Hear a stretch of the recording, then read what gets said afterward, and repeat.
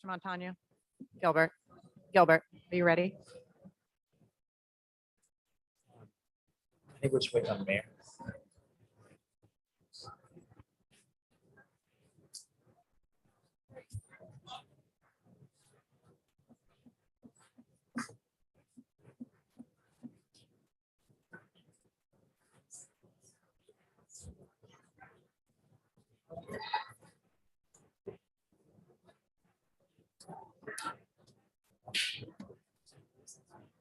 All right, it looks like we're having some audio problems. What does the audio sound like now?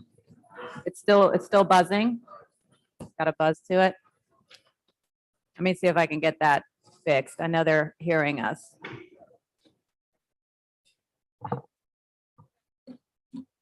Paul, can you text them to see if they can fix the audio? Okay.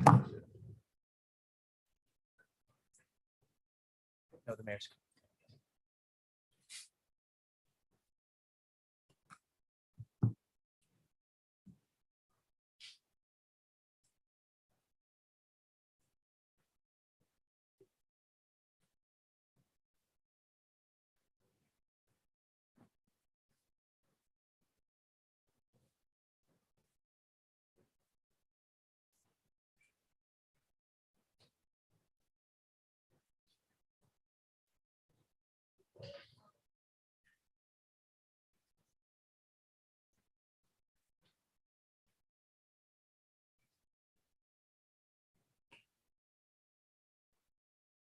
You still hearing it?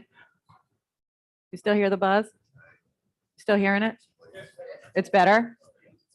All right. All right, Madam Clerk.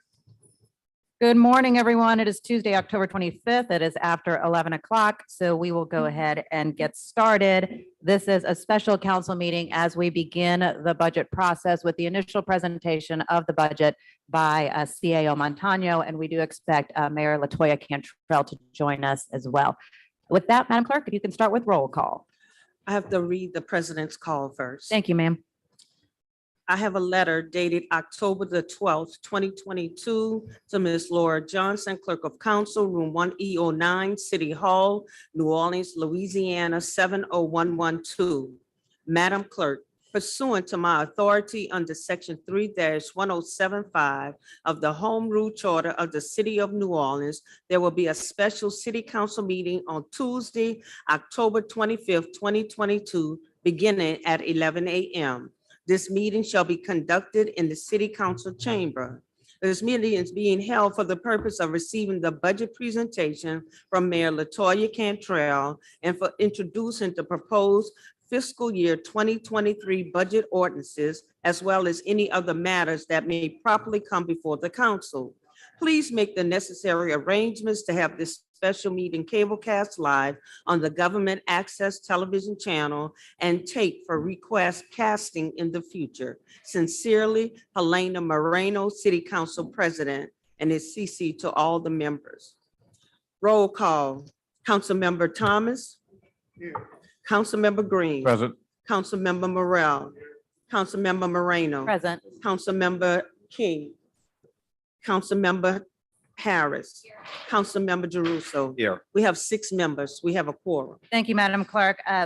Just for the public to understand, this is a full council meeting, but because we are beginning the budget process and the beginning of the budget presentations, I will turn it over to our budget chair, Councilmember Joe Jeruso, to run the proceedings of this particular meeting. Councilmember Jeruso. Thank you, Madam Chair. Good morning, everybody. As Council President said, today is the beginning of the budget season. As the charter mandates, the mayor and her team present the budget at some point between now and November 1, today obviously being that day.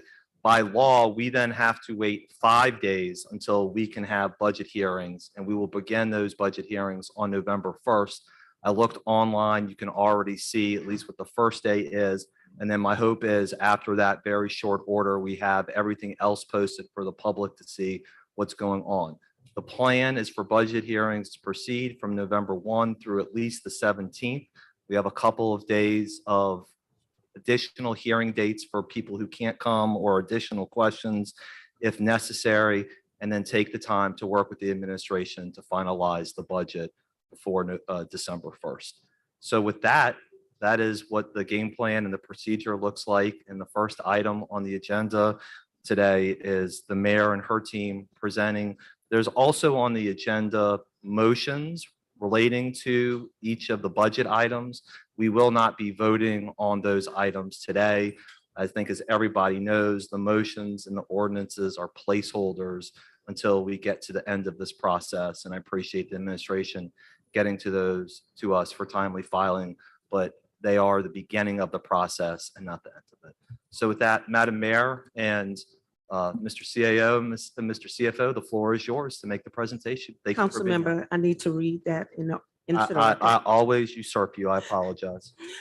We have the 2023 Executive Budget Address, the Honorable LaToya Cantrell, Mayor, the City of New Orleans, presenting the mayor's proposed fiscal year 2023 budget ordinances for the City of New Orleans as required by Section 3-1075 of the Home Rule Charter.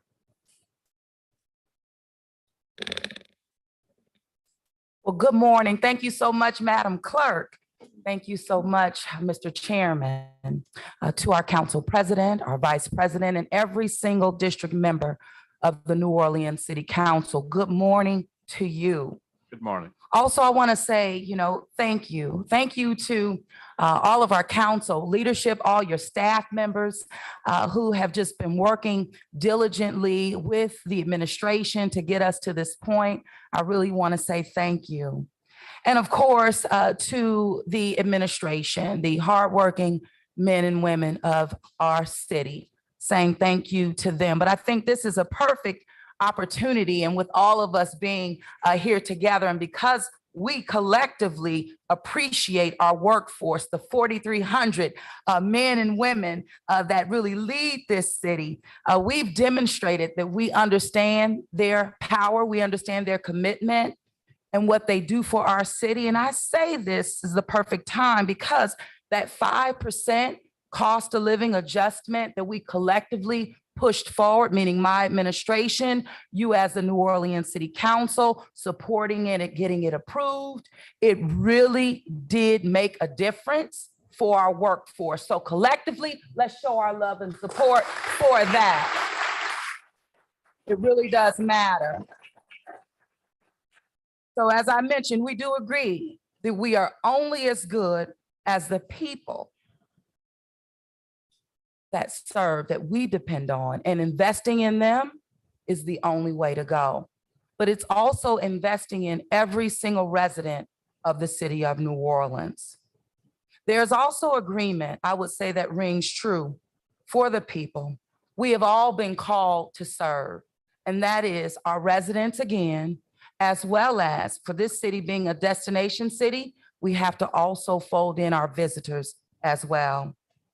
Today, along with my entire team, we will be representing and really presenting a community-focused budget that embraces the unprecedented challenges that we have all had to face as a city, whether it was a cyber attack, the Hard Rock collapse, a global pandemic, the economic downturn that came with that, Hurricane Ida, a tornado, global inflation, and I truly could keep going, no doubt about that. But yet, through it all, this city, our city, moved forward without mass layoffs, major cuts of public service, the weakening of our credit, our bond ratings, meaning it stayed strong. Through it all, we were able to make shifts towards recovery very quickly, opening back our economy, hosting major events and conferences, local festivals and the like. And just being reminded here recently with Crew of Boo passing its second year. Remember a year ago, Crew of Boo was our first parade that this city had seen since the pandemic. And Dr. Vegno, the crew of Fauci, out there making sure that we vaccinated our people, that we proved that this city would stand tall and firm, to therefore welcome back Sugar Bowl, welcome back Mardi Gras, hosting Final Four, hosting Jazz Festival, hosting Essence Festival, and it really goes on and on and on. We have prevailed. We have persevered. You know, I'm reminded by, I would say, Barry Kern shared with me not too long ago. He said that on his father's deathbed, Blaine, you know, our Mr. Mardi Gras, he said that, you know, my dad grabbed my hand, and the last thing he said to me was never bet against the city of New Orleans. And I would say that that is more fitting now than ever before, because this city continues again to push forward. And so we also continue to demonstrate, and we demonstrated that the tough decisions, quite frankly, that I had to make as mayor, and with a team that followed through every step, that those decisions were the right ones to make, those decisions were timely, and those decisions were necessary. From the certificate of indebtedness, you can kind of pull from that, or even the single-handed fight for a direct allocation, putting our city in a strong financial position that will benefit our residents truly for decades to come. That is your city. This is our city in this time and moment, coming to you with a strong financial position. And it wasn't just because, it was only because of those tough decisions that we all made collectively, and we stood by them. And so presenting this 2023 budget, it truly does represent several things. I would say, of course, the year of 2023. But as we have been saying, the full recovery of this city, we will see right along coming in 23, 24, 25. So we're looking at this from a 3-year perspective, ensuring that, again, we come back better and we come back stronger, and our decisions were right, which puts us in a strong financial position that we have to protect, that we have to be flexible and agile as we move forward. You know, it felt so good being back in the community. We went to every single council district with budget meetings, hearing directly from our people, listening and engaging them, again, where the rubber meets the road, right on that ground. And we know that when we listen to our folks, the world's greatest experts on where they live, we cannot and will not fail. But this budget represents everything that we heard. And I do want to say thank you to all of our council members in your districts. You participated in those meetings, you came out and you listened right along with me. So with our sights truly set on the future, this budget, it reinvests in our public safety, our neighborhoods, again, meeting people where they are, our workforce, and of course, our economic development, while making city government more agile, as well as more efficient and effective, no doubt about it. You have stood tall as a council. I've seen that. You have made sure that you are, one, not only strong, but also you're independent. I respect that. But together, and it is my greatest hope that we move forward with this proposed budget, working through it to where we pass a balanced budget. You all pass on December the 1st. But this budget is one that demonstrates that gone are the days where we lock up funds. And what I mean by that, locking up funds on positions that go unfilled year after year after year. Now, but we're not in any way limiting our leadership, our departments from hiring at all. But gone are the days of locking up funds that go towards positions that go unfilled when we have critical needs that have to be addressed across the city of New Orleans. So this budget, it will be focusing on, and I'm gonna tell you, our department leadership, they understand and they're ready.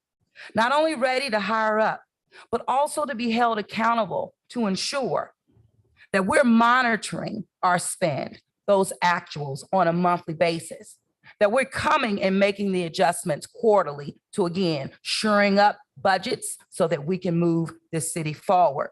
But again, making sure that we're utilizing every dollar and not locking up precious resources. This is a budget, again, not just for today, but more importantly, it is a budget for tomorrow.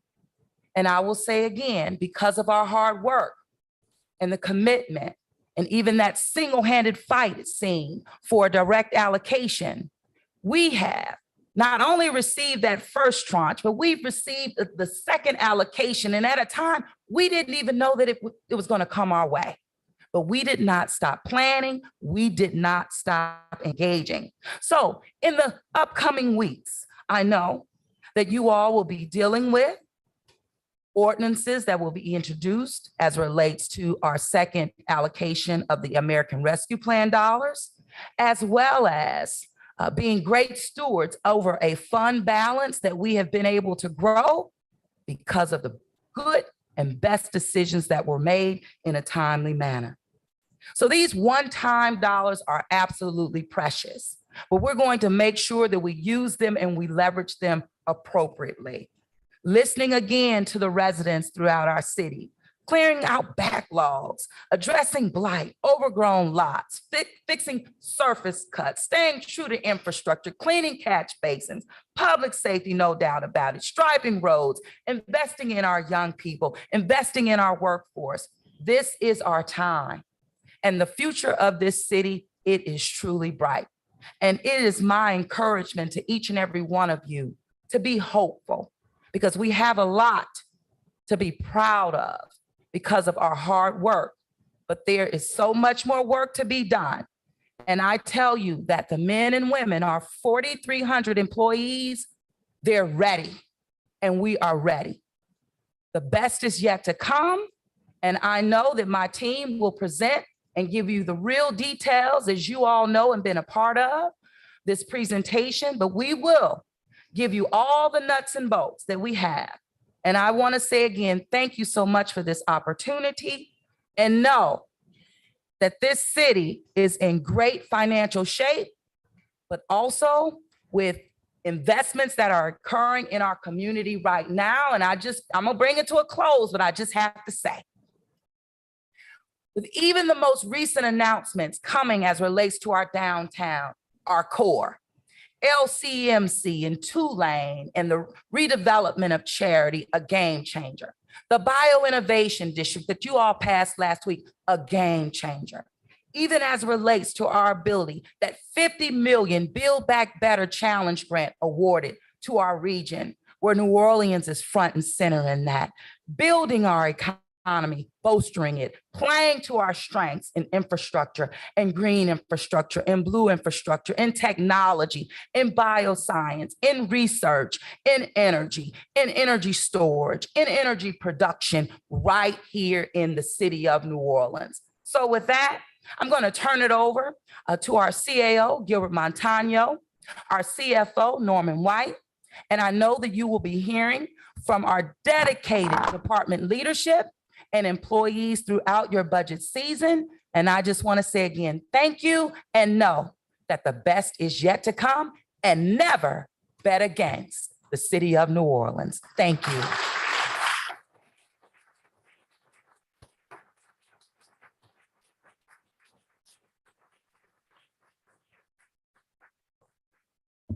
Mr. CEO, Mr. CFO, the floor is yours. Thank you, Mr. Chairman, members of the council, Madam Mayor, thank you for your words. I'll start the presentation and certainly entertain any questions thereafter. My initial apologies, I tried to make it as comprehensive as possible, always erring on the side of fastidiousness if we possibly can. And I will begin if it's the will of the council. Just to set a little framework in the contents and to repunctuate some of the messages the mayor mentioned, is that this truly has to be and is designed to be a recovery and restabilization budget. This is a very unique budget in that we have experience for the last several years. I know a few counselors were here during these periods of time, significant decreases and significant infusions, very unpredictable moments within our budget processing, whether it be from our revenue projections to where and how we needed to cut expenditures to still deliver services. Truly feel it wasn't until recently, 2019 or in the past, that we've been able to move forward as a organization and really redesign overall what those actual true numbers will be. And you'll see later in the presentation the genesis of why we are recommending shifting how we're doing budgeting for at least the next several years to ensure a restabilized and a recovery method for the city of New Orleans. I'll go through some of the initial frameworks. You've seen many of these slides before, but it's important to always maintain our mission and our thesis as it addresses public safety as public health, investing in our infrastructure, quality of life, economic development, and good government, as well as inclusive governance.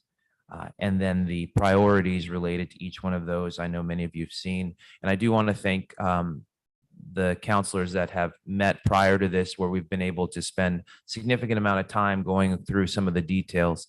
I know this is going to be a long process. This is our fifth budget as an administration, and I believe this is collectively getting close to 20 years of budgets at the table. And I will say unequivocally, this has been the most challenging, the most detailed, and the most consequential budget I believe that we've ever faced because of all the intersecting issues that we're dealing with.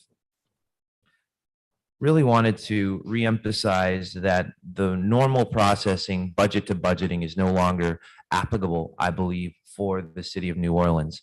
It's truly going to be important for us to reset and detail exactly what the ongoing needs and services we have to provide the residents, everything from our operational departments to our public safety agencies, and really truly evaluating, as you'll see later in the presentation, for the administration, more than likely a month by month overview of how departments are spending, what they're spending, and then certainly for counselors, more of a quarterly based appropriation evaluation. What we're presenting today is simply a snapshot of Q1. We hope and anticipate that the future of the hiring processes will only become a indicator of the services that we are trying to enhance and provide, and being able to adjust them accordingly. It's a very fluid budget. It needs to be fluid. It's a very agile budget, and it needs to stay agile. And we're encouraging and recommending to the council that we do not stay focused on the time as of present, but also looking toward all the different variables in the years to come, as well as the months to come. You've all seen this revenue gap many times. This shows that our projections relative to post-pandemic revenue are as they are forecasted. And then it gives a little bit more broken detail into the actual fund table relative to our projections for where we plan to recover and in what years and to what extent those recoveries are to take place. Just re-emphasizing the significant variance that we went through as it relates to our trending and some of the systemic revenue decreases that we had over the course of COVID and post-COVID.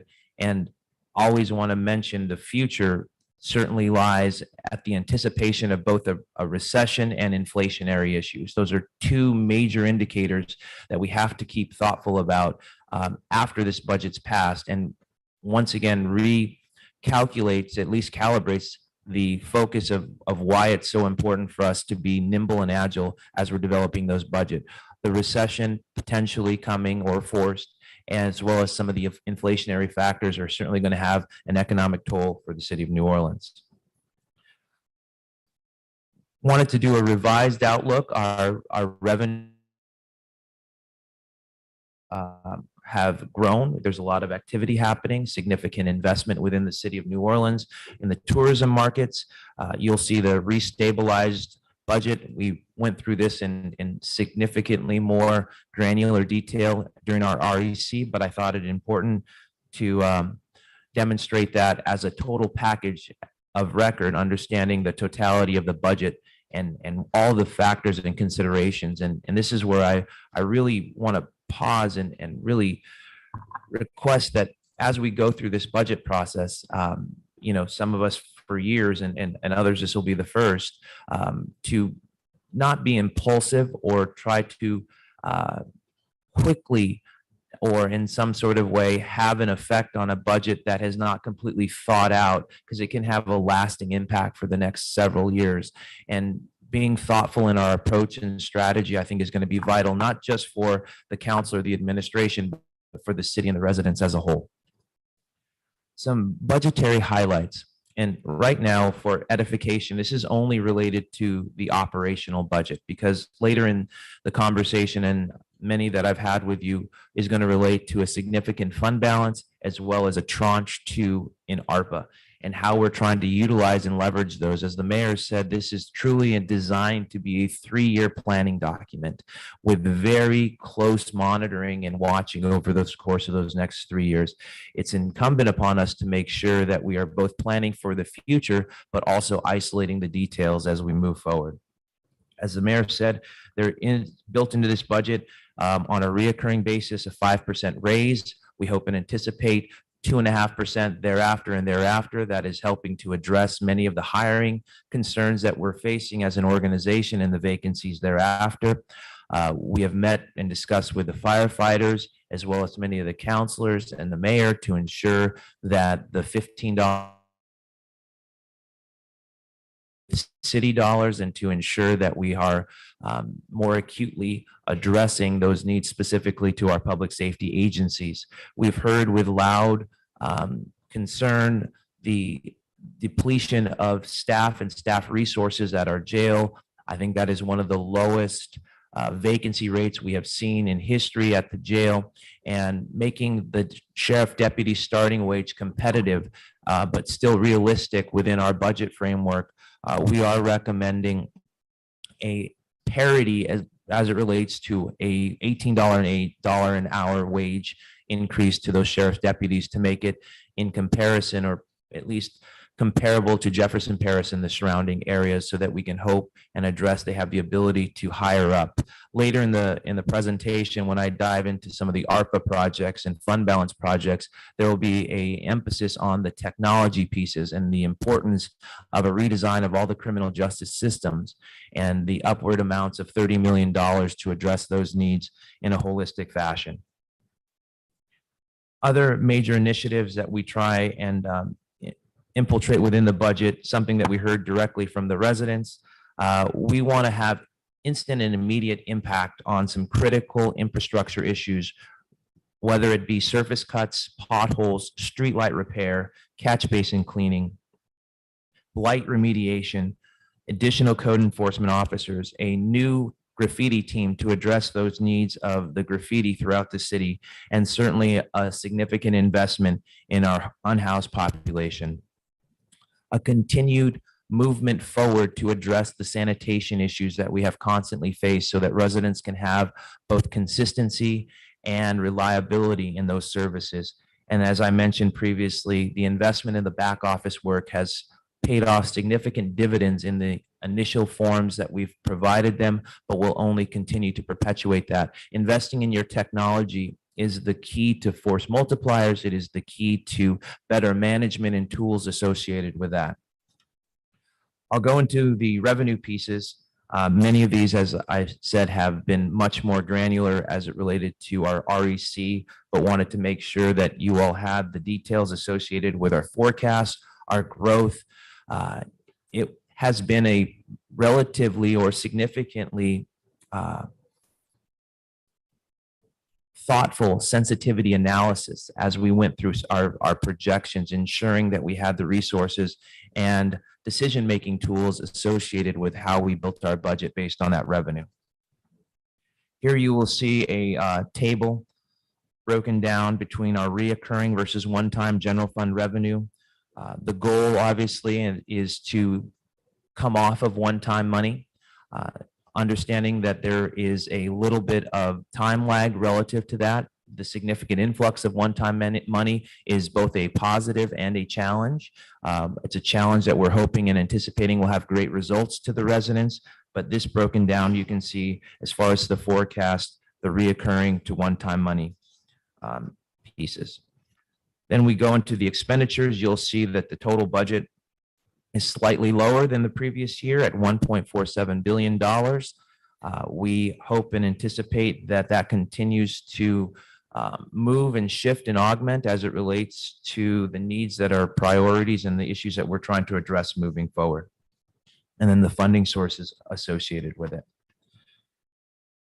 This is the next couple of slides are really the key indicators of the transition of our budgeting process. And if I go back even 5 years ago, it was clear that we identified there was a challenge in carryover budgets. And a carryover budget, just for edification, is a budget that starts with your baseline, whatever you ended the last budget year prior to, and carries over and never really goes into really what the cost of service may be, what the unit cost may be, so that you can better manage it. So we went through a zero-based budgeting process, our first budget year here, that established a core baseline for many of those unit costs, those costs of services, and those other factors that went into how and you build, design, and operate and manage a budget.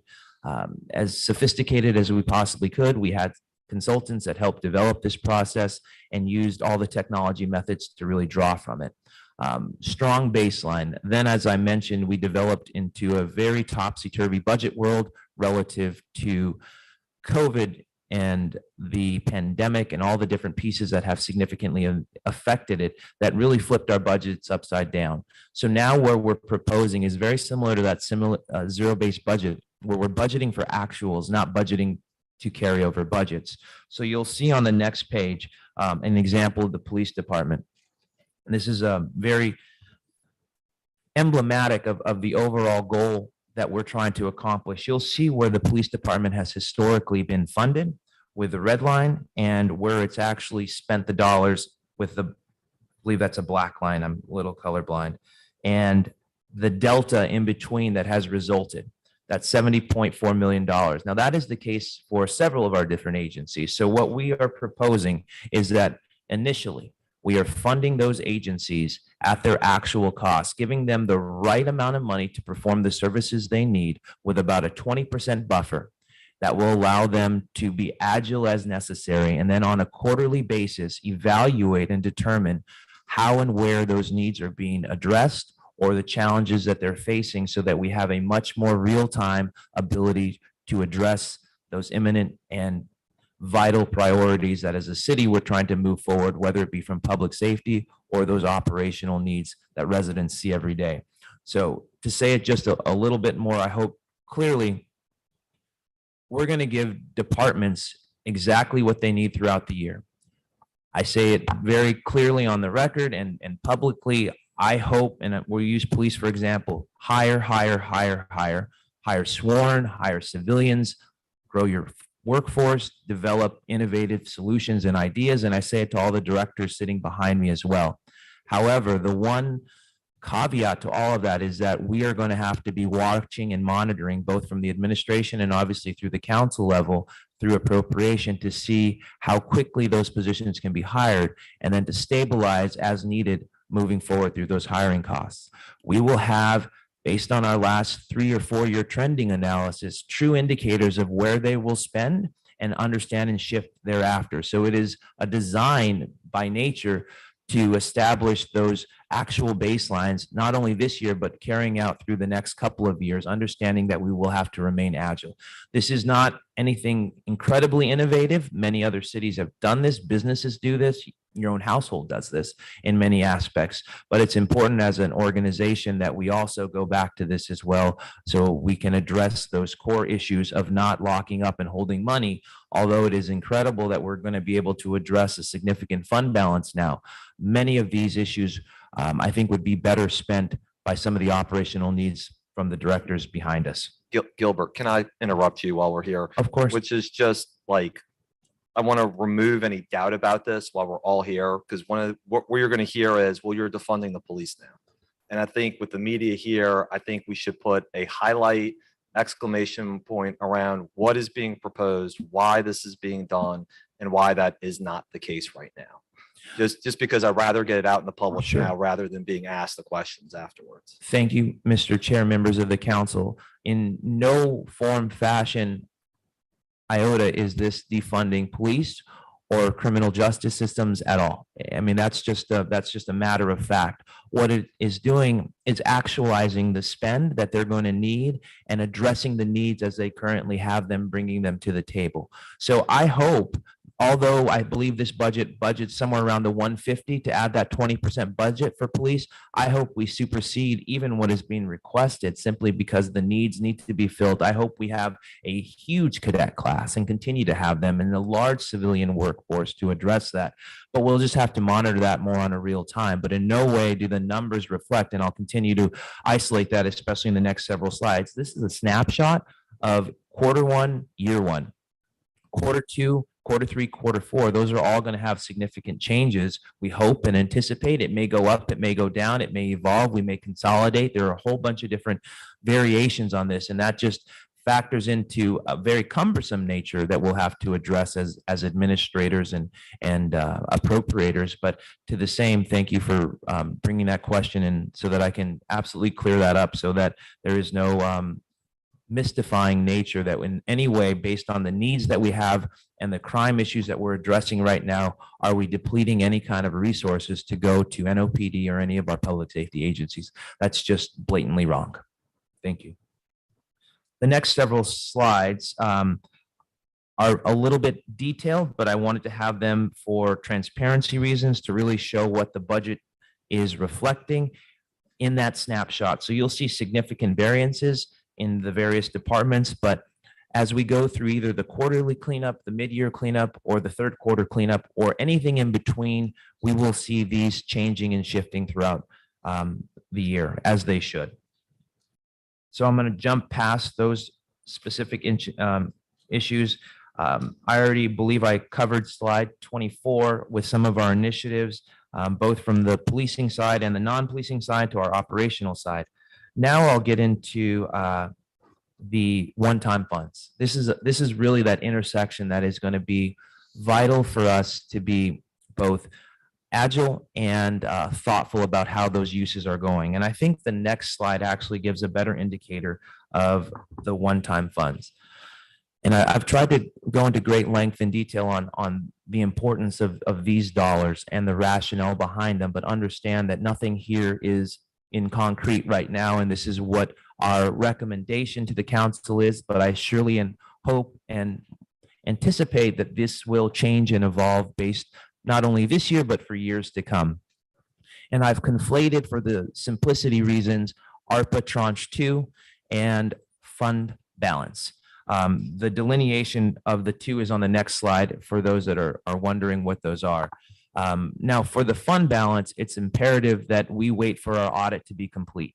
That should be done later this year before we can actually see exactly the final amount of fund balance. But overall, between the fund balance and ARPA, we would project north of $400 million, a significant amount of dollars for the city of New Orleans.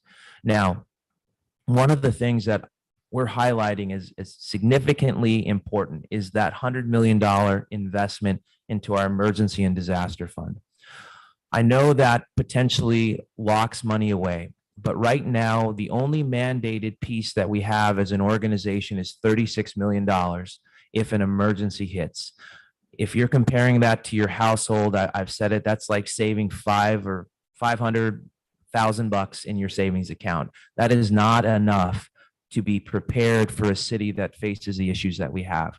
So although we have significant spending recommendations, we highly recommend that we stow away at least that $100 million to address both the future needs and the causes that we have relative to emergencies and disasters. New Orleans is very unique when it comes to disasters in that we have significant federal resources, but it's always imperative to know that the city fronts that money and often takes years for reimbursement to ever happen for the city of New Orleans. So if we have something crazy, if we do not have the cash up front to address things, they don't get done and we're not able to protect and ensure that we are able to manage through whether it be a hurricane, a flood, or anything of the like. So stowing away and reserving, not locking up, just reserving $100 million is a important factor that we both financially recommend, but also operationally recommend. The next significant investment, and we've talked about this for several years, is the lack of preventative maintenance. It's right now, many of our vehicles, especially in our police fleet and probably every fleet within our agencies, is holding on by shoestrings. And certainly we have to invest the dollars and resources while we have these one-time funds to purchase new vehicles, new equipment, whether it be leaf blowers or lawnmowers, police cars or ambulances or fire trucks. Every kind of culmination of those things are vital for us to then systemically address that preventative maintenance issue. We need a base essentially to start before we can start cleaning up how things have been managed in the past relative to equipment and infrastructure. Within that, you'll also see the various IT infrastructure that I mentioned. About $30 million is being requested to the council for specifically a criminal justice overhaul, so systems can integrate and speak to each other and can also be used and leveraged to fight and address our issues as it relates to crime and processing. The next largest piece that we look at is our public safety and public health initiatives. This number has moved in different pieces, and we have built in here both our existing retention plan as well as our recent recruitment strategy to address and bring more officers on to the field. Now, I know that this is an issue that is of great interest to many people, both residents, members of the administration, and obviously the public, to try and get more officers on the street. This is our, based on professional consultants, best attempt to try to convene and establish more officers on the forefront. Now, I know that this has to be coupled and packaged with many other changes within NOPD and the sustainability within NOPD, but this, we believe, can stop the bleeding and bring in more officers as soon as possible. But if not, and I say this very clearly, we will have to adjust. And that's the whole idea and the premise behind this. If this plan doesn't work for recruitment, retention, and strategy, we're going to know very quickly, and we're going to have to pivot, and we're going to have to change, and we're going to have to adjust. And that's what's most important. Nothing that we're trying to provide here is set in stone. We're trying to be as agile as possible to address those needs. The second issue is the COI repayment.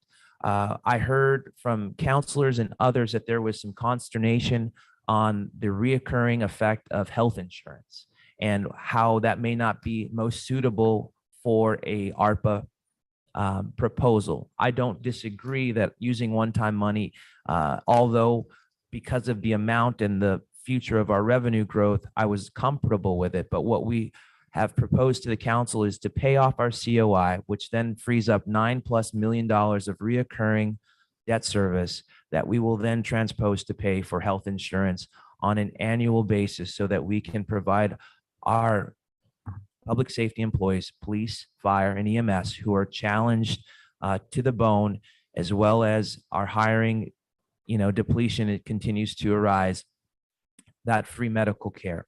Now, certainly there will be some delta that we'll have to use for one time, but significantly less than that whole total 12 million. So that is the rationale and the reason for the payoff of the COI. And frankly, from a balance sheet perspective, it's nice to have debt taken off. Housing and public assistance, and I will go through these just for the sake of time and purpose, relatively briefly, because within your packet, and I know everyone has access to this, there's significant more details to what that would include for our housing and public assistance and blight remediation, economic development, youth services, and also heard from the council that there should be some amount for us to chip away toward that judgment fund that has continued to grow now that we have the use of one-time money. Now, I'll just finish this slide off by saying that we have tried to cover as many of the vital and important investments that we need for a city and an organization. We've done our best to reflect the community needs, the counselor needs, as well as our director needs, to allocate and recommend how those dollars are being spent. I know this slide may change. I'm open to that deliberative process that the legislative body has, but this is from the administration, our recommendation and the rationale for those specific investments. The next slide, once again, just goes back into the delineation between ARPA funds and fund balance. And for the public's edification and anyone that doesn't know, ARPA funds are significantly more limited in scope as far as what they can be used for, generally broad for public safety, infrastructure, and the like, but could not be used for things like judgment fund or economic development initiatives. Fund balance, however, is available funding to provide any of those services necessary. Upon appropriation, we can use fund balance to address any core need for the city of New Orleans. The next several slides, I hope, just give a little bit more detail that I won't go through specifically, but at least that will be able to be addressed for how and where. I understand that details is an important piece of how and why we're presenting. So I didn't want to just put, here's this number and not have significant support, almost to the point of how many houses could be remediated when it comes to the blight reduction, so that you all know what we're facing and what we're proposing.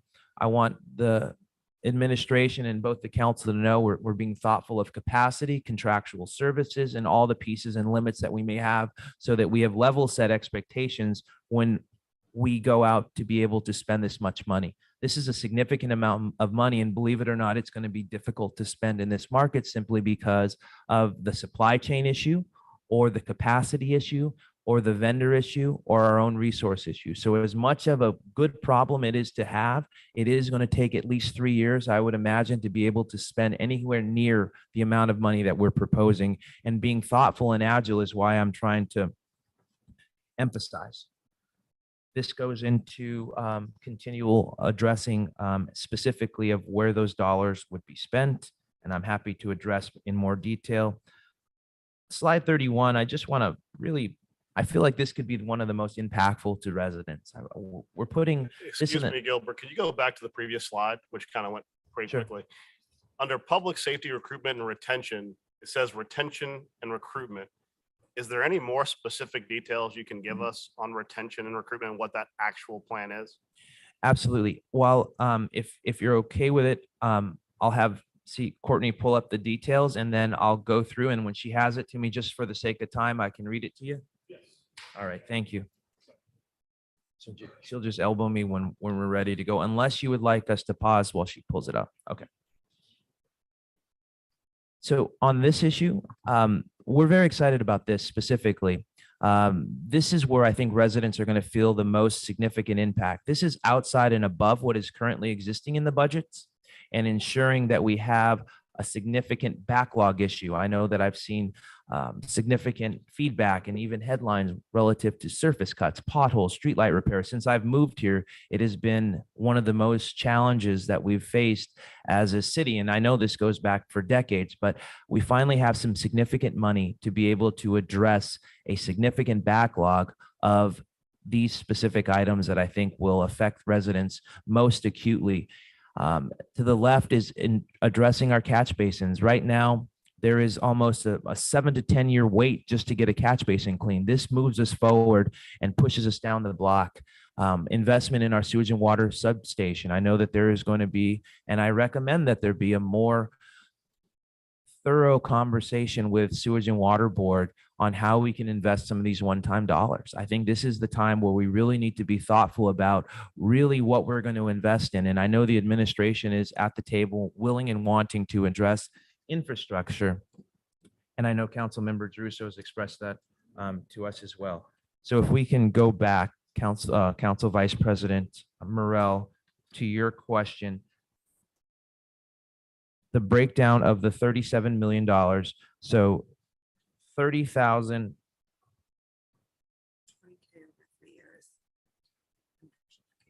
Okay, so this broken down is for a $30,000 recruitment incentive package. So that's $20,000 to be paid over the first 3 years to a police officer that would come, and then an additional $10,000 to every employee thereafter, as well as the overall retention pieces for that were recently passed that are about to be pulled up here. which is 5 Wait, years. Gilbert, hang on, go back. Sure. On the bonus piece, what is the total amount, the total cost of the bonus piece?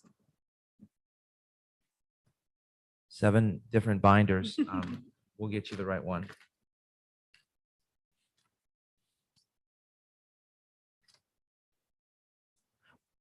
I believe it's around 6 million from memory, but we're going to double check that. It's 6 million, I believe, for the incentive piece and around 9 for the retention piece, but it's right here. Yeah. This is the one.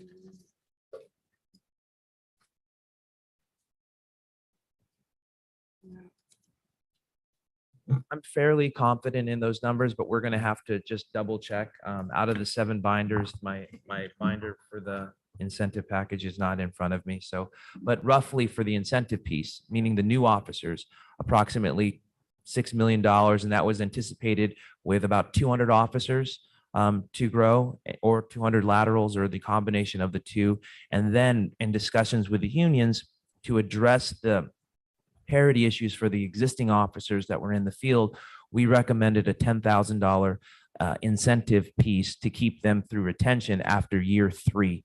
The other retention piece was after year 5. So these are just one-time payments to these officers.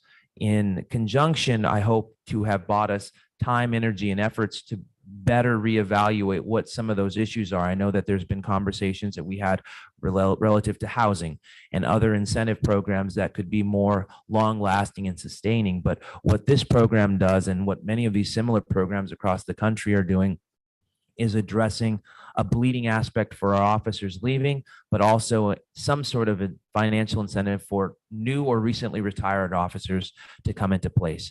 We know that the greatest challenge that we're working very closely with, and I know Councilmember Moreno, we talked about this yesterday, is the influx of officers coming in and making sure that the output, we have a significant amount coming out based on qualifications. I appreciate that clarification. I do think that this will probably be something we discuss in further detail during that respective hearing, but I appreciate you giving me that specific information. Thank you. You're welcome. And I will follow up if my numbers were off a little bit in that regard. Okay. The next, we can keep going down the slide. We wanted to ensure that we have some investment in one-time housing and public assistance. You'll see that highlighted there. The teams behind me can certainly have more details should that arise. And we'll keep going through because I know I'm becoming to be long-winded. And this is another one that I think we're going to feel instant impact from the residents. The common theme of everyone was blight remediation and grass cutting. This is all projected to go through both a contractor and a vendor as we hire up to move forward, but certainly addresses those backlog issues. We can keep going. Wanted to ensure we have economic development, small business and workforce development. And I believe youth services was also, this is also on top of what we already existing fund in our existing general fund, as well as not inclusive of the early childhood millage that has recently passed that will generate $20+ million. And then we can continue going. Gilbert, I have a quick question. Go back Yes. to that. Can you, under the youth support, the $10 million, can you give us a quick rundown in more detail of those 4 subjects, categories? Thank you. Absolutely. I will do my best, and anyone behind me that has more detail, feel free to come up to the podium as well. This summer programming is simply everything from additional activities for sports, reading ventures, more things for kids to do to the summer is the short of it, outside of what is already existing in programming. We know idle time can cause concerns, and trying to find things for our youth to do in a safe, collective manner is the goal for the summer program. So it's an expansion of what already exists. The Nordsee facility upgrades. This is there was a millage pass. There's significant money within Nordsee. This is ensuring that we have a proud product to provide both the youth and the patrons that are using our facilities. There needs to be a lot of attention provided on the capital side. This gives them additional dollars outside of their budget as well as their capital funding to re-enhance, design, renovate, and just make much more palatable to the residents, those Nord facilities. Esports complex. I know Councilmember King, this is something that we talked about during your ARPA, and I thought it was an incredible idea. If you're not an athlete, there is a lot of opportunity for esports. I think the private sector does a lot of these different options for birthday parties and the like, but we could be one of the few, if only, governments in America that has an esports complex, as simple as providing a place for kids to go after school or whenever to play video games and establish that. I know in our conversation, council member, you said there's scholarships associated for this. So this is an important investment to our youth, as well as supporting those community organizations. I know that we've discussed and have a list of those various organizations, and I don't see anybody behind me to give me the detail on it, but certainly would be the existing list, but also the expansive list as they have been submitted to our office. Would that be along the lines of the Harris or Cox grant, the supporting community organizations offering support for youth? I'm The last part, the supporting community organizations, is that like an expansion of the Cox grant type of idea? Or? Yeah, I believe so. I mean, it's yes, is the short answer.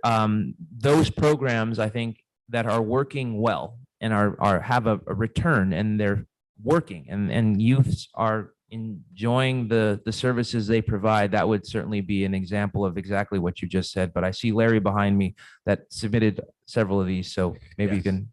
Yes, good morning, council members. So what we're talking about basically is as indicated, every kid does not like sports, right? But we have a lot of kids and adults and young adults that are involved in esports.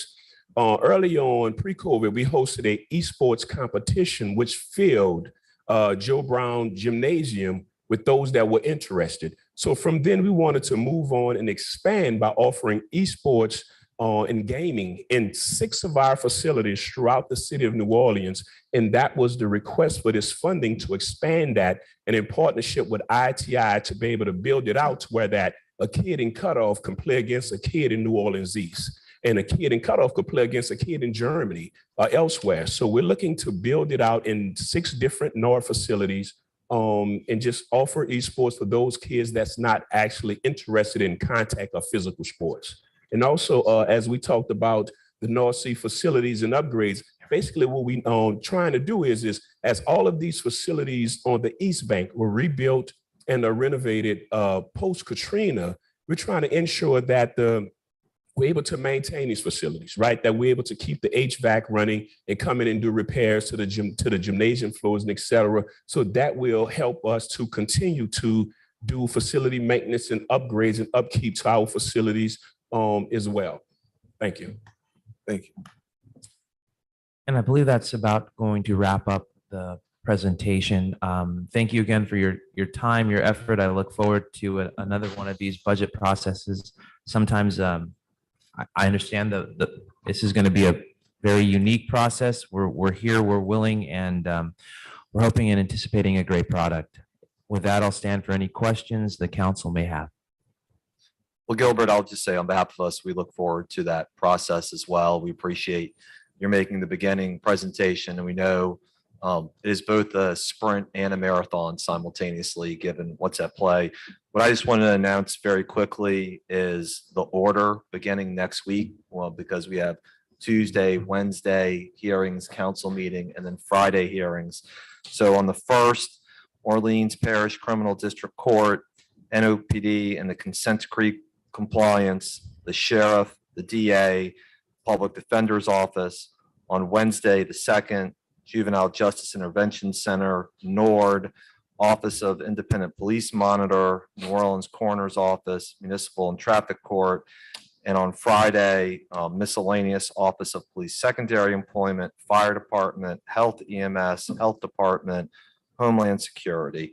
And I would just say, to echo the points kind of raised by Council President and Vice President and by the Mayor herself today, I urge people to be prepared when they come to these meetings because this council will be. And we're digging into budgets right now. We have questions.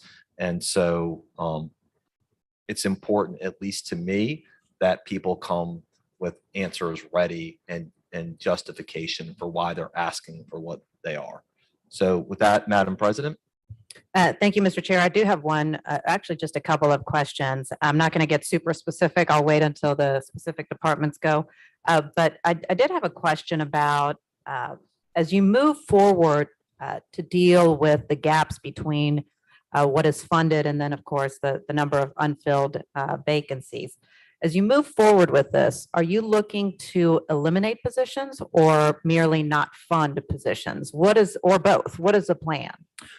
Madam President, members of the committee, right now, we're not looking at eliminating positions. I think it's too early in this process to really determine what needs to be eliminated or not. And I know that's a little bit of a redesign, but I think because of the timing of all this, we don't have a good grasp of exactly the positions necessary to effectuate those services that need to be provided. So there's not an anticipation of eliminating positions. There is the plan not to fund them currently, and that's how we're generating those savings.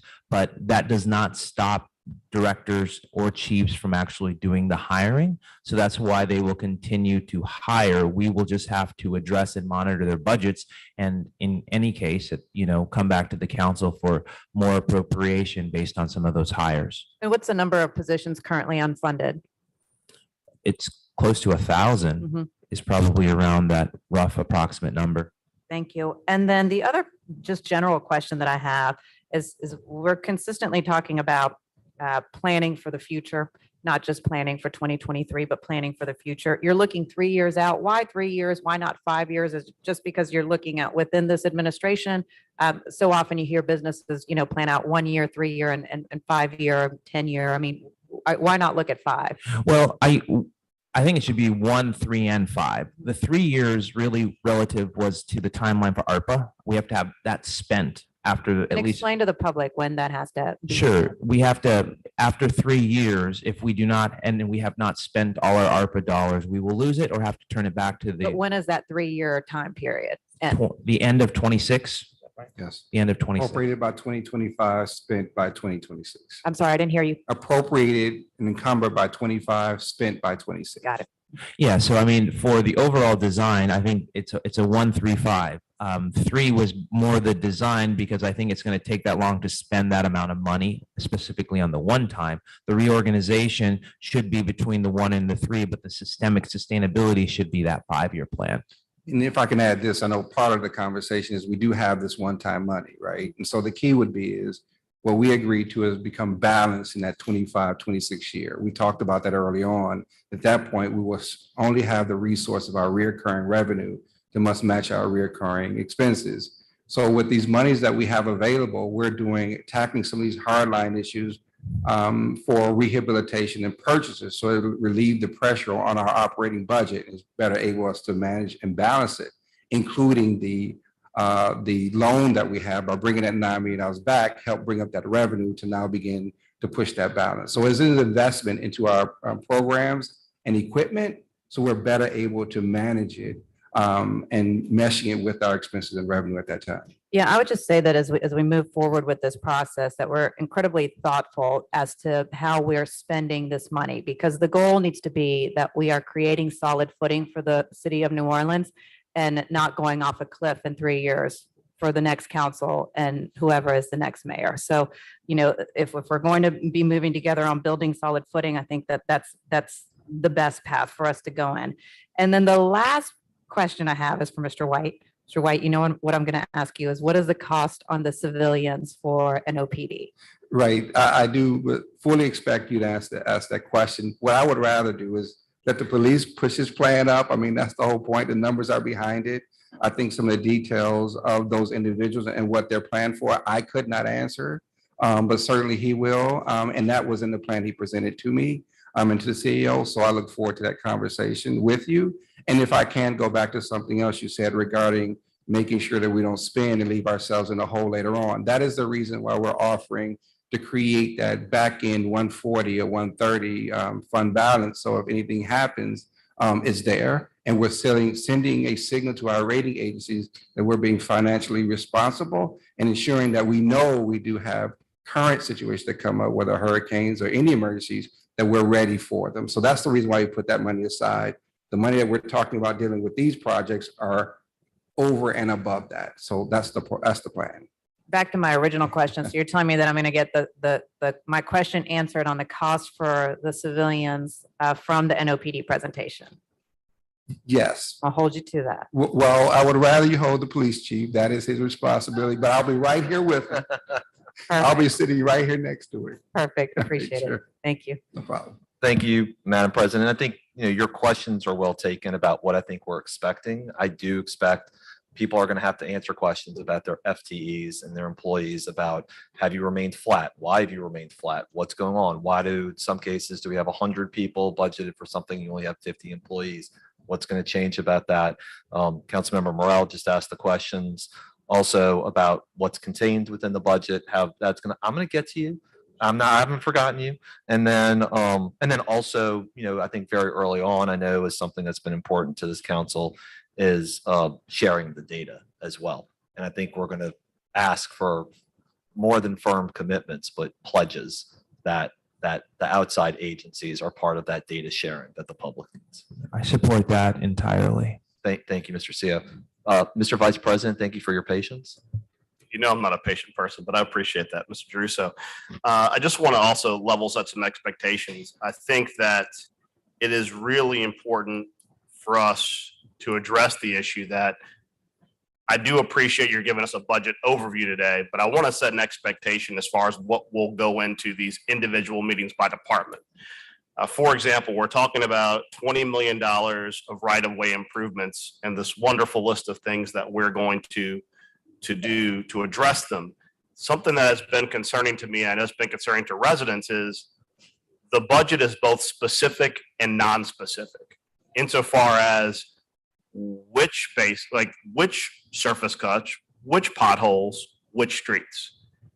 We have a tremendous amount of line items in the budget, and I do appreciate there is tremendous specificity in regards to which positions we're funding, especially those that are enumerated in civil service that have a civil service designation.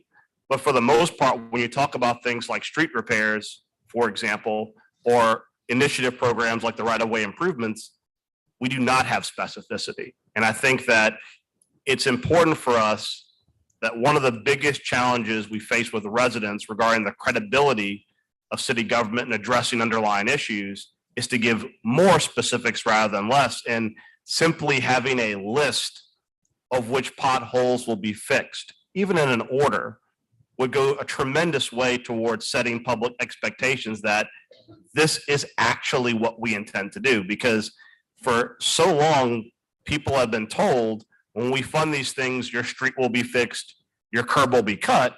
And after 3 or 4 years of hearing, my taxes are being collected, my streets will be fixed, my pothole will be filled, my curb will be cut. Well, it's like, well, my curb isn't cut. Whose curb is being cut?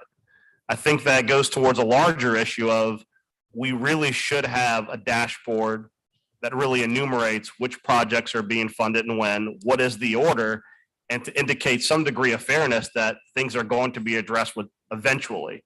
Because right now it's more like trust us. And I think that, as I said, I'm level setting for the different departments that come up in here, like for safety and permits, for code enforcement, we're going to have residents come here, especially on code enforcement in particular, and say, I have made complaints for 7 years about a house next to me.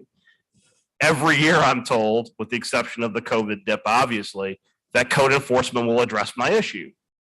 That issue has not been addressed. Why should I believe by funding code enforcement at whatever level that will change?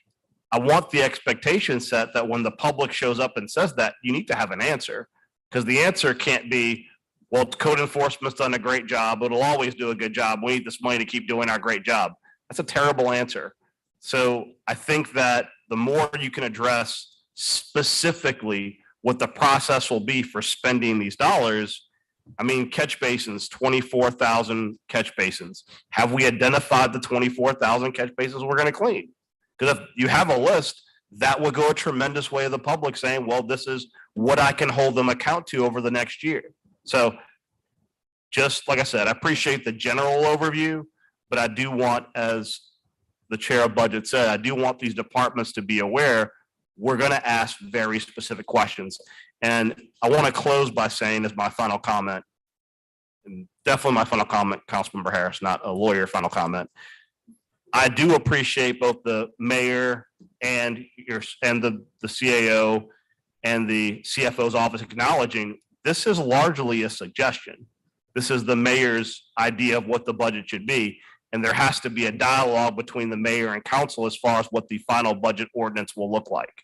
And I want the public to be aware your comments are important. And as we go through this budget process, whether you're able to make those comments virtually to our email addresses or to come here and physically speak, we are listening to you. So if you have comments on different departments and how they're funded, it is exceptionally important that we hear from you because you are part of this process, whether you're physically here or not. So thank you. I have one, just a clarification, Council Vice President, one of the things that I thought I highlighted, but I want to be more acute with it, is that what you have before you is the budget ordinance. As it relates to the one-time funds, we're not asking for appropriation of that yet. So the departments may or may not have, I think they do, frankly, the specificity that you're asking. That will be a separate process. Remember, I said we want to make sure our audit is complete before we know the exact number of the one-time fund balance. So really just a clarification that won't inhibit us from being able to provide that specificity necessarily, but what is actually being discussed is relative to the operating budget, and at a later date, both the ARPA projects and the fund balance projects will have to come before you all. I appreciate that. I do appreciate there are two different tranches of money, but as we fund departments, with the goal of implementing the spending of that ARPA funding, they are going to have to answer those questions. Yeah, no, I'm not shirking that. I get it. Okay. Through the chair, and your point is well taken. I think oftentimes when we have a conversation about budget, we look at numbers and dollars, and what they really are just fuel for a car to drive. And we're often looking at is what are we doing with that money? So to your point, once we establish what those things are specifically, the key would be is projectizing it so we see it across the board, not just interlacing it into the department in their regular operating, but projectize it so we can see what we're getting done, when we're getting done. You know, it's fluency within this organization, government change all the time. Things come up day to day. And so we have to be fluent. But if we're telling people, here's what we're doing this week, this month, and getting it done, and making sure people are beginning to have confidence in what we're doing, that's the approach we're looking at. So we stand ready to bring to this council our progression or participate in those functions across the board. And what we try to do in developing this budget was go to the community first, right? See what they were after. You'll see within the book the percentage associated with it and what they outlined as their priorities. And we tried to follow that. But to that end, now that we know it, we have to be about the business of accomplishing those items. I think that's where you're getting at. And if that's the case, we're aligned. Well, I think the council made the very difficult step under our budget chairman's leadership of freezing departments in order to have explicit performance. And that certainly is not something we want to get in the habit of. And part of the goal of having a very robust conversation and setting expectations early during a budget process is to not be back there. But I think the more that we can express and articulate to the public with real specificity what the expectations are and how the departments are going to work collaboratively with the council through their budget to address those specific goals, I think doesn't put us back in that position. So thank you. Thank you, Mr. Vice President. Councilmember Thomas. First of all, thank Mayor Cantrell. Thank you guys for the presentation. And thank you for the meetings that have led up to what's going to start our budget process. But most of all, thank you to the men and women in the audience who do the work. Know that we value and we appreciate you. The people in my district, as challenged as it is, none of what we do could be done without all of you and the departments and the people who work for you. I honor you. We can't pay you enough. Too often it's very difficult because of what you need and the gap between what you need and providing that service. So for the people in the audience, man, thank y'all for even just answering the call even sometimes when you can't do the service because of constraints. You guys have always been there. I appreciate that. You started up, I'm going to kind of talk about maybe some of what you said. I took some notes, maybe to be helpful, with some of the budgets that I've seen over the years and some of the comments from budget masters and gurus in terms of how we move forward. You started, Mr. Montano, by saying, no longer can we deal with the city budget normally, that the normal process is no longer applicable. Well, there's only certain few ways you can do municipal budget, zero base versus some of those other things. Could you give some context or definition to what you mean by that normal municipal budgeting process, especially for people who are listening, no longer applies now? What did you mean by that? Mr. Chairman, members of the council, Councilmember Thomas, what that simply means is that typically the design mechanisms for a organization and a budget, obviously you start with your revenue, you determine your revenue, and you're on your expenditure side is really what is most relative. So say hypothetically, we have Department X that for the last 2 years has been budgeted $20 million. You begin your base year and your design of that budget at $20 million. That is the normal kind of carryover budget process that has typically occurred. There's some significant fallacies in that. It works great if, there's a static environment and there is a filled workforce and a clear output and deliverable. But in the case where we've had significant changes and transitions and identifying concerns, we have to go back to no longer that strategy and better determining how to actually utilize what those departments actually need. So that's where it's going to switch and transition us to budget to actuals as opposed to budget. Zero-based budgeting process is an important tool and concept to be able to derive the building of the budget from the bottom up at a zero base. But once that has been established, then hopefully you transition to that year-over-year budgeting. I hope that clarifies. Yeah, no, I can understand. And first of all, thank you to our budget chairman for the work that he's already started, that really started some time ago. I think it was necessary, especially since this is not a normal time, but a different time. I think it's going to take a lot more detailed work. And also thank you to our council president. I think she's already set the table for detailed, but asking about positions and what do you mean about those positions, whether they're actual budget. I think that's the level of detail we're going to get in. You said something earlier when it was mentioned with the gap with the police department actuals versus what was budgeted. You talked about how you're going to analyze that with the 20%. So my question is that since that's only a portion of the budget, when it comes to prevention and intervention programs, youth, NORD, youth and family services, et cetera, are you going to use the same process for evaluating success in terms of budgeting, especially when you talk about first, second, third, and fourth quarter? Will the same process be applied? Because we keep using the police department and that gap as a model. Well, there are other programs and other departments and other services that the same level of application in terms of success should be used there too. Mr. Chairman, members of the council, Councilmember Thomas, yes, is the short answer. Nothing is binary in the budget. And I want to really reemphasize there's no binary decision. It's always going to be an and, not an or. So what we do to one, we must do to the others in our evaluation terms. So I really want to highlight that there's no binary perspectives that we're taking as we're going through the various budget decisions and evaluations thereafter. So then, while we're evaluating success, right, on the crime front and the investment of the budget, if we see success in NORD programs or in youth and family service programs or in intervention and prevention programs, we'll give them the same potential. We have enough flexibility to invest more in those areas because we see the impact in those areas are also helping us in terms of crime going down. We'll use the same, that flexibility and that opportunity will be there. Yeah, through the chair. And I think it kind of goes to your original question. I think your original question was, hey, we have a revenue, we have expenditures. What are the strategies to build this budget? And we know if we wanted to if all the departments could ask for everything they need to make it a totally successful operation across the board, it will be more money than we have.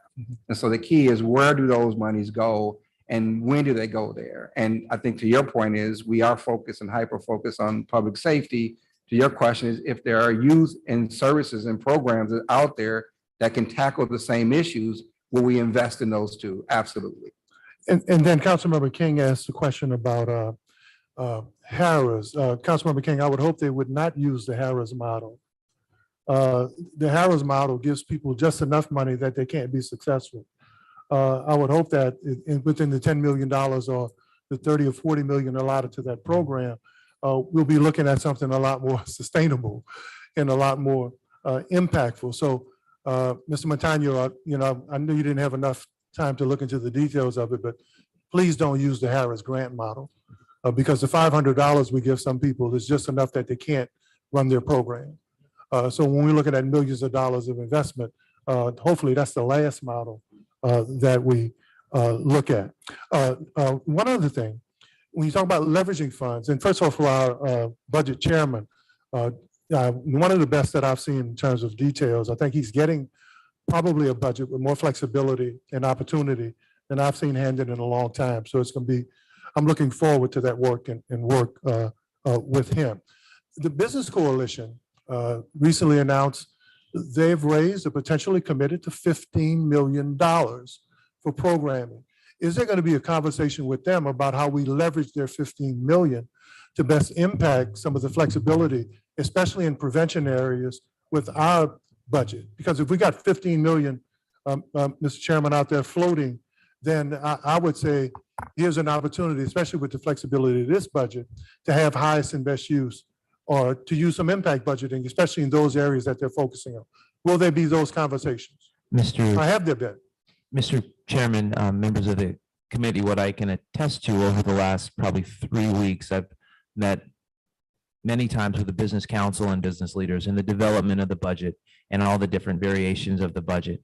Have I spoken specifically about that topic? No, but it will be very prudent for us to do so, and I will commit to doing that. Yeah, I think that would be wise. I mean, I think they had a press conference, a press release announcing 15 million.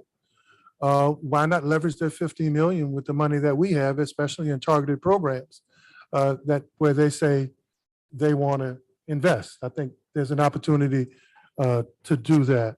The other thing you said, you mentioned, and I took my notes, and I'm going to be.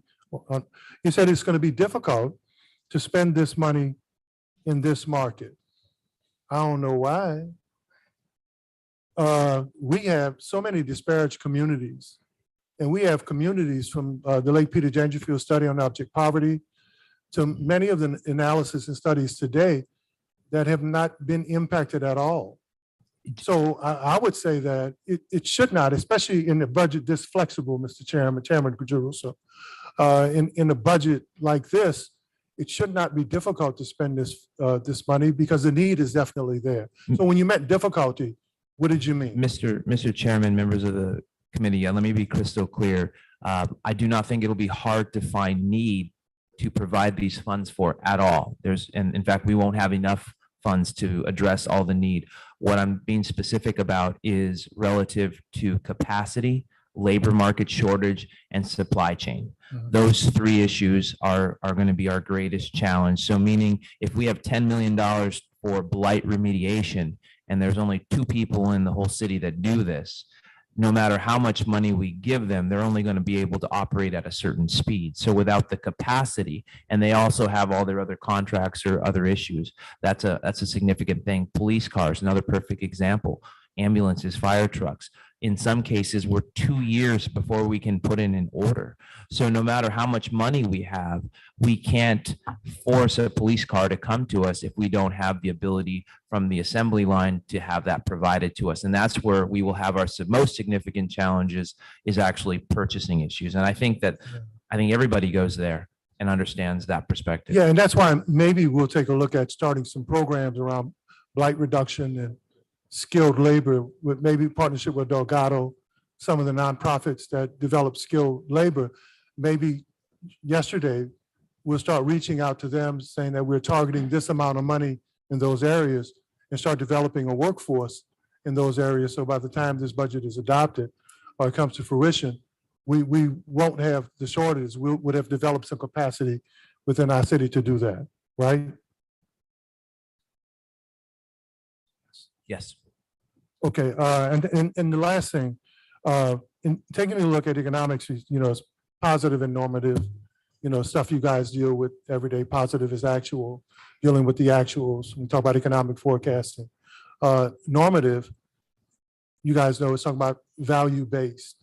So I would hope that while we're dealing with our actuals, and you mentioned actuals a lot, that those actuals are based on human and community value, where how we spend or target this budget not only has the highest best use, but it also provides maximum value impact to those communities. So while we're dealing with actuals, and that's a term that we're dealing with a lot, Chairman Giroux, so I would hope that we're using some normative principles so that it's also a value-based budget that maximizes the potential and benefits a lot of communities that have not been impacted by any type of budget. So I would hope that we begin to use those principles as we move forward. Thank you. Thank you, Councilmember Thomas. And to your point, I also hope as we move forward on something, for example, like capital projects, that there's good discussion about where the community is, where council members are, and where the budget is in terms of aligning all of those things. And that's a bit different budget to capital budget. That needs its own analysis. Right. With that, we'll go to Councilmember Green to close this out. To close us? Yes, you will. You're the last one. You shouldn't have told me that. I'm the last word. Look, I want to thank you all for the presentation and for the directors and the members of the mayor's staff and the citizens who are here today. It's going to take me 2 minutes to just say what I want to say, but what I want to say is important to civilians and our basically members of the public. I want to thank you all for participating in the public meetings that have taken place thus far, and there have been a number. And I think that my office and the administration has heard concerns, and this budget, as it's presented with some specifics needed, does address some of those concerns.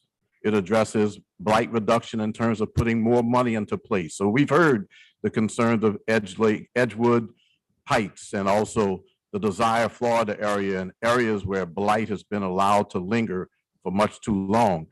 And we're going to try to get every dollar that we can to address those problems.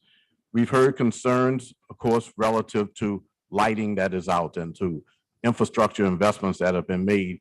And this budget gives us an opportunity to address some of that. Public safety is going to be discussed because it has to be discussed. But it's important that we get it right.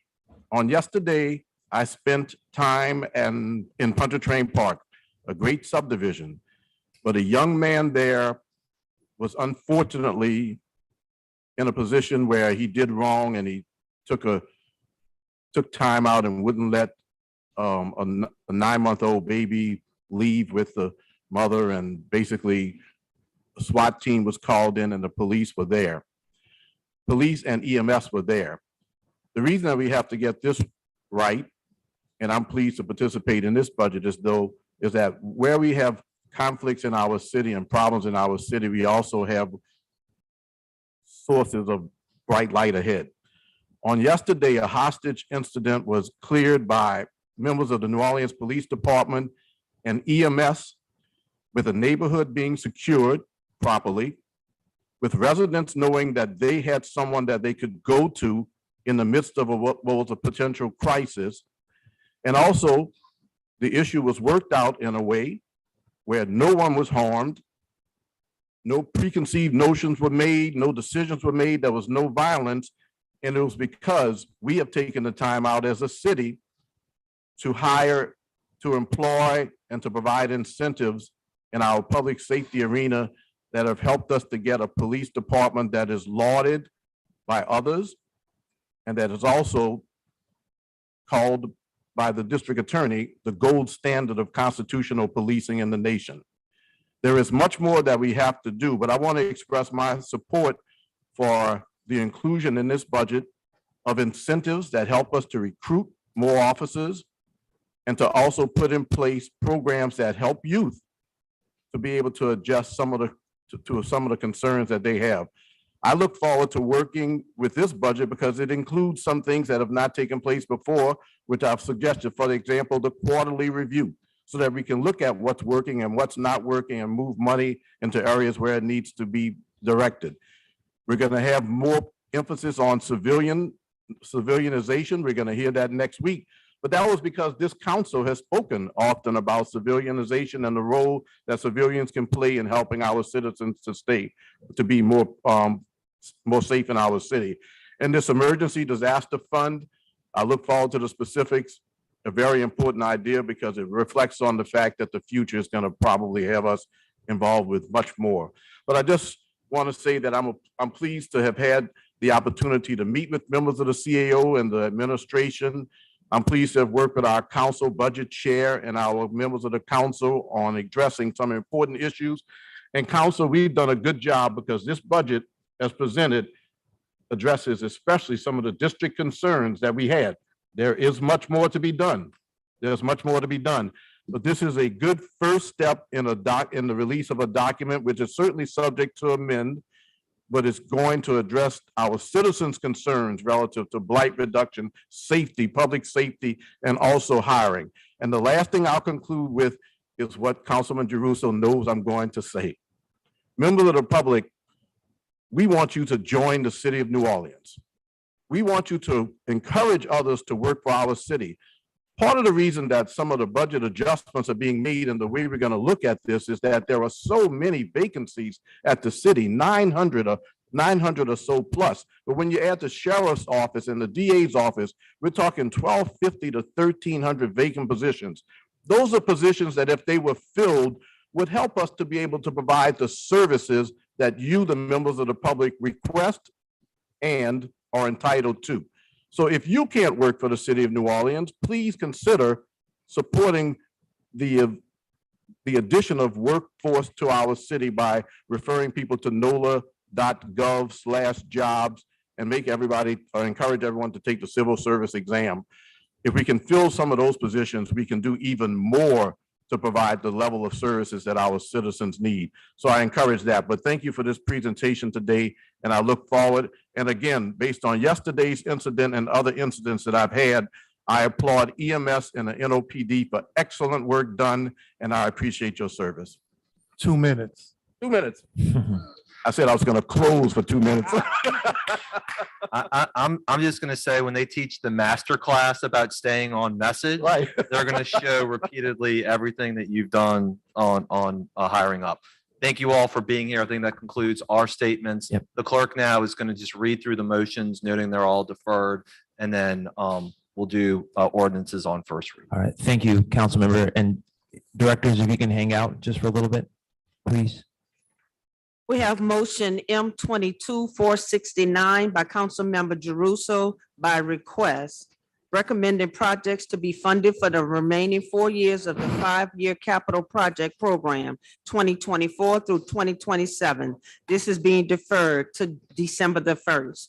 We have motion M22-470 by Councilmember Jeruso by request, approving the operating budget of the New Orleans Aviation Board for the year 2023. This has been deferred to December 1st. On top of page 3, we have motion M22-471 by Councilmember Jeruso by request, approving the operating budget of Delgado Albania Plantation Commission for the year 2023. This has been deferred to December 1st. Motion M22-472 by Councilmember Jeruso by request, approving the operating budget of the French Market Corporation for the year 2023. This has been deferred to December 1st. We have motion M22-473 by Councilmember Jeruso by request, approving the operating budget of the New Orleans Municipal Yacht Harbor Management Corporation for the 2023 year. This is deferred to December the 1st. On top of page 4, we have motion M22-474 by Councilmember Jeruso by request, approving the operating budget of the Orleans Parish Communication District for the year 2023. This is being deferred to December the 1st. Motion M22-475 by Councilmember Jeruso by request, approving the operating budget of the New Orleans Building Corporation for the year 2023. This is being deferred to December 1st. We have motion M 22-476 by Councilmember Jeruso by request, authorizing the clerk of council staff to make any necessary technical, typographical, mathematical, and or structural adjustments to any ordinance, motions, and amendments related to the adoption of the 2023 budget. This motion allows for the assurance of accuracy and the elimination of errors. This is being deferred to December the 1st. We now need to suspend the rules to go to ordinances on first reading. Council members, we need to suspend the rules to go to ordinances on first reading. Councilmember Harris moves, press the button there, Leslie. I second. Councilmember Thomas, Councilmember King are present. Please, all in favor, say aye. Aye. Any opposed? Those are 5 yeas, no nays. It is suspended. That's everything up now. Ordinance on first reading, calendar number 33-952 by Councilmember Jeruso by request.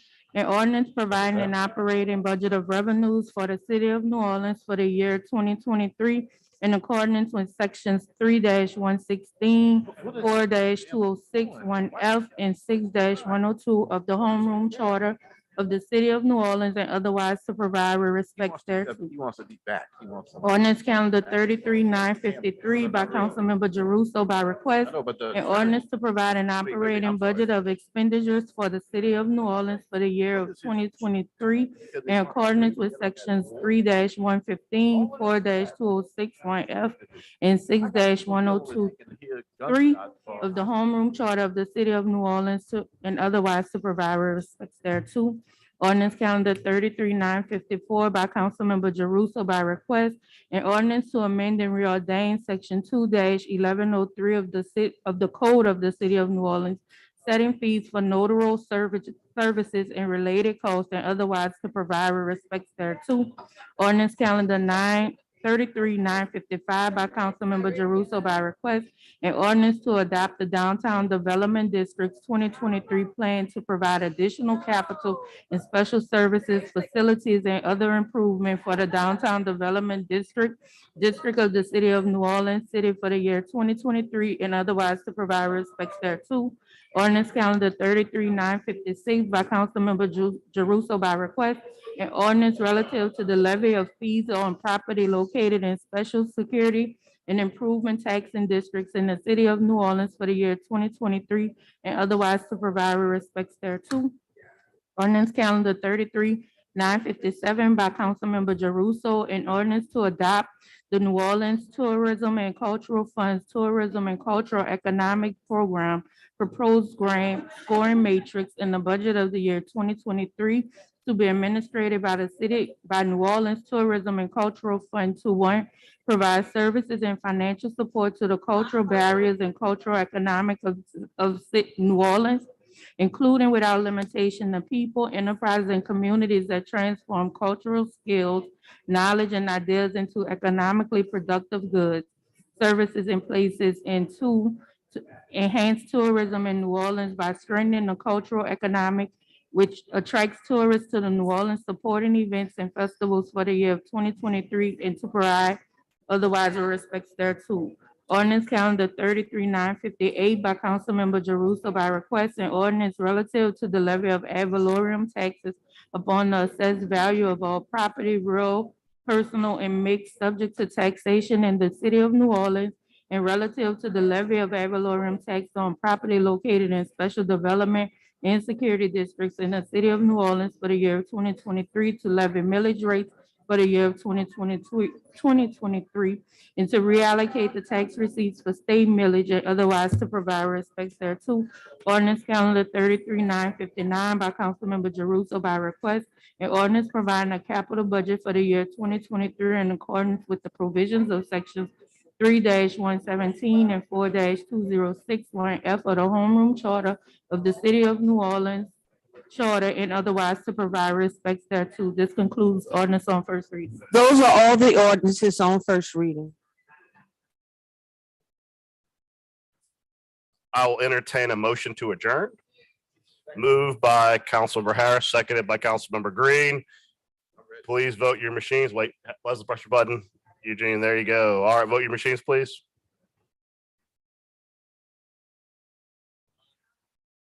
It's coming up. There you go, vote.